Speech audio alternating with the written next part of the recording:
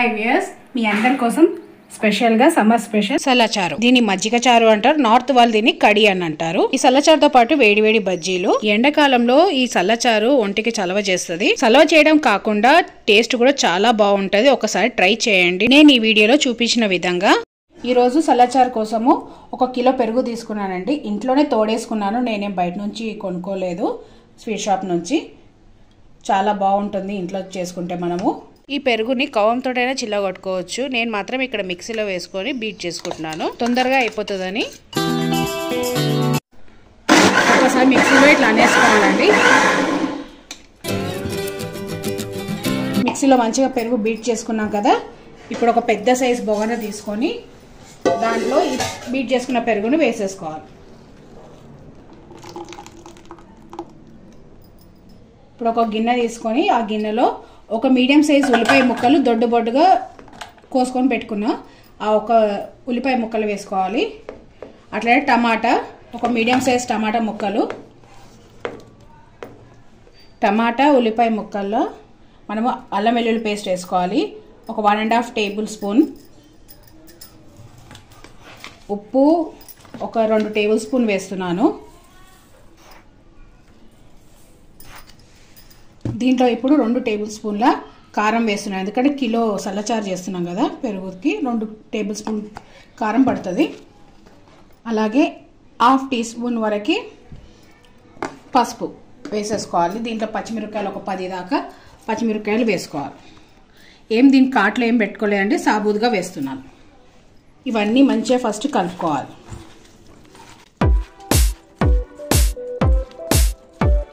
Kilo పెరుగుకి నేను ఇక్కడ 100 grams వరకు శనగపిండి తీసుకుంటున్నాను. ఇదంతా లుండలు లేకుండా మంచిగా కలుపుకోవాలి. దీంట్లో కొద్దిగా వాటర్ పోసుకొని లుండలు లేకుండా మంచిగా కలుపుకోవాలి.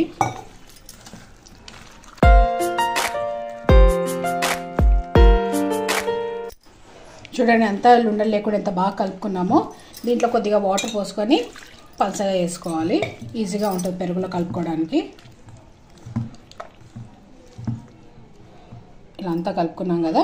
ఇప్పుడు ఈ కలుపుకున్నది ఉన్నారు కదండి, గ్రైండ్ చేసుకున్న పెరుగులో వేసేసుకోవాలి మొత్తం. ఈ పెరుగులో మంచిగా మిక్స్ అయ్యే వరకు కలపండి.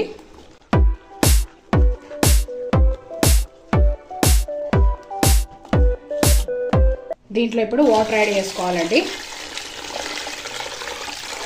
వాటర్ అయితే ఈజీగా 1.5 లీటర్ అయితే పడుతుంది. ఈ ఎండాకాలంలో మనకి పప్పుచారు అవన్నీ కూరగాయలు అవంతా తినబుద్ధి కాదు. ఎక్కువ రసాలకి ఇలాంటి సల్లచారుకి ఇష్టపడతారు. సమ్మర్ వచ్చేసింది కదా, ఇలాంటివి చేసుకుంటే హెల్త్ కూడా మంచిది. ఇప్పుడు దీంట్లో 2 గంటల నూనె పోసుకోవాలండి.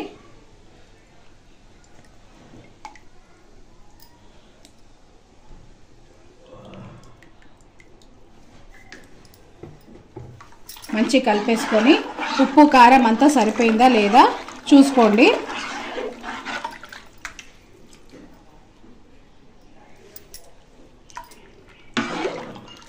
నాకైతే ఇక్కడ ఉప్పు తక్కువ అనిపిస్తుంది, అందుకని 1 టేబుల్ స్పూన్ ఉప్పు వేస్తున్నాను. కారం కూడా వేస్తున్నాను, 1/2 టీ స్పూను. పచ్చిమిరకాయల పేస్ట్ తోటి కూడా చేస్తారండి. కొందరికి పచ్చిమిరకాయల పేస్ట్ ఎండాకాలం పడదు కాబట్టి నేను ఒట్టి కారంతో అదే చిల్లీ పౌడర్ తోటి ఎలా చేసుకోవాలో చూపిస్తున్నాను. 2 సలవనే చేసేది శరీరానికి. ఇప్పుడు ఇది మనము స్టవ్ పైన పెట్టుకొని బాగా మసలు పెట్టుకోవాలి. ఒకసారి కలిపేసుకొని ఇక మూత పెట్టేసుకోవాలి. బాగా మసలు పెట్టుకోవాలండి. ఒక 20 మినిట్స్ అయితే పడుతుంది, 20 నుంచి 30 మినిట్స్. ఎంత మసలితే అంత టేస్ట్ వస్తుంది ఇది. చూడండి, చేసేటప్పుడు కన్సిస్టెన్సీ ఇలా పల్సగా ఉండాలి. ఈ శనగపిండి వేసిన తర్వాత చిక్కబడుతుంది మసులుతున్న కొద్దీ. ఇది పొంగిందా, దీని టేస్ట్ పోయినట్టే. పొంగకుండా చూసుకోండి మధ్య మధ్యన కలుపుతూ. చూడండి, మసులు తందుకుంది సల్లచారు. మనం పోసుకున్న నూనె సైడ్స్కి వచ్చే వరకు, ఇప్పుడు సెంటర్లో ఉంది కదా, సైడ్స్కి వచ్చే వరకు మసలు పెట్టుకోవాలి. పల్సగా ఉండే కదా, చిక్కబడుతుంది చారు. చారు మసలే వరకు ఇక్కడ మనము బజ్జీల కోసము పిండి తడుపుకుందాము. 1 కప్పు శనగపిండి వేసుకోవాలి. దాదాపు ఇక్కడ 1/2 కేజీ వరకు తీసుకుంటున్నాను. దీంట్లో ఒక 1/2 టీ స్పూన్ వరకు కారము, ఒక 1/2 టీ స్పూన్ ఉప్పు, కొద్ది కొద్దిగా వాటర్ పోసుకుంటూ లుండలు లేకుండా కలుపుకోవాలి బజ్జీల కోసం పిండి.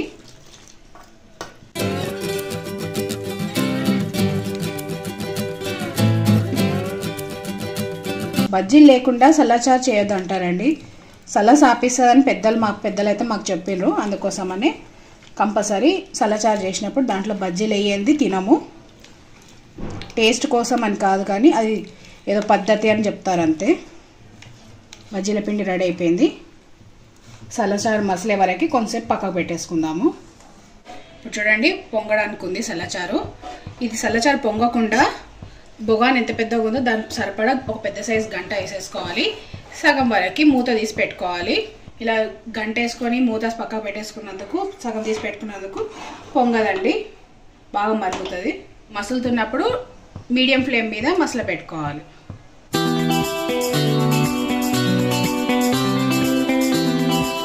టెన్ మినిట్స్లో పొంగు వచ్చేసిందండి.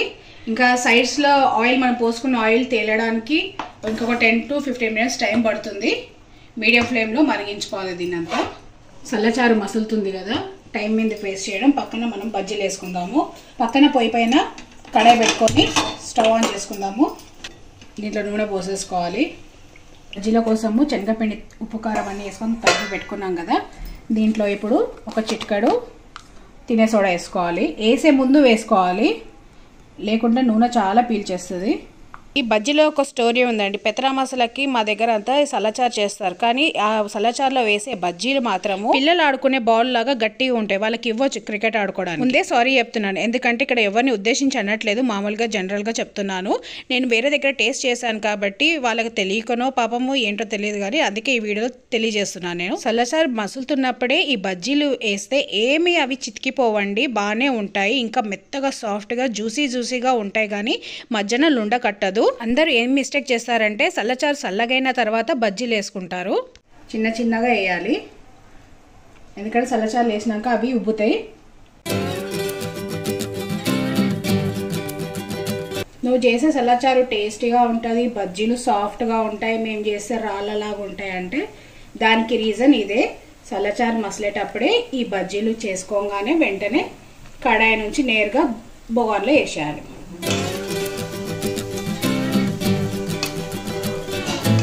ఈ గోల్డెన్ బ్రౌన్ కలర్ వచ్చే వరకు వేపుకోవాలి. బజ్జీలు అయినాయి కదండి. ఇప్పుడు చూడండి, డైరెక్ట్ ఆ మసులుతున్న సల్లచారులోనే వేసేస్తాను మేము.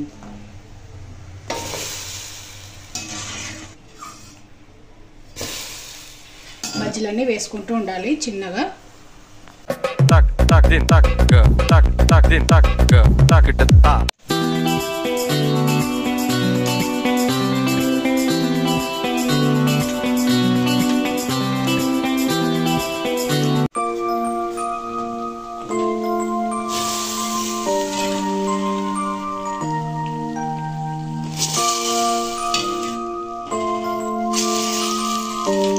సెకండ్ వైపు బజ్జీలు అయ్యే వరకు ముందేసిన బజ్జీలు చూడండి ఏమైనా చితికిపోయినాయా, ఏం లేదు, మంచిగా నానుతున్నాయి. ఇంకా చాలా సాఫ్ట్గా ఉంటుంది.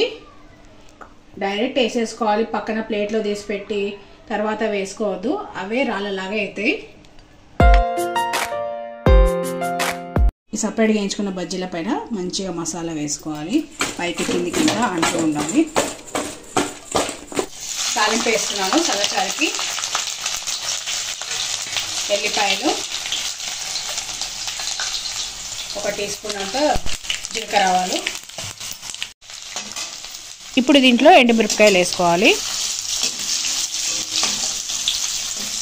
ఒక 4 రెమ్మల కరివేపాకు వేసుకోవాలి. దీంట్లోనే ఒక కట్ట కొత్తిమీర వేసేసుకోవాలి. ఇవన్నీ మంచిగా వేసుకోవాలి. దీంట్లో కంపల్సరీగా టేస్ట్ కోసము ఇంగువ వేసుకోవాలండి.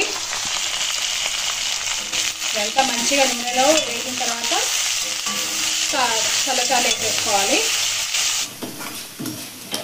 ఈ తాలింపు మసులుతున్న సల్లచారులో వేసేసారు. చూడండి, బజ్జీలు వేసుకునే వరకు, తాలింపు వేసుకునే వరకు ఆ సల్లచారులో బజ్జీలు ఏమైనా చితికినాయా, ఏం చితకలే, మంచిగా ఉడుకుతుంది. ఇంకా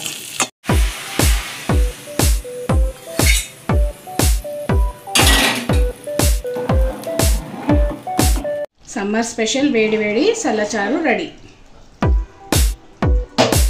సల్లచారులో సైడ్స్లో చూడండి ఆయిల్ ఎలా తేలిందో, పర్ఫెక్ట్గా అయింది కదా.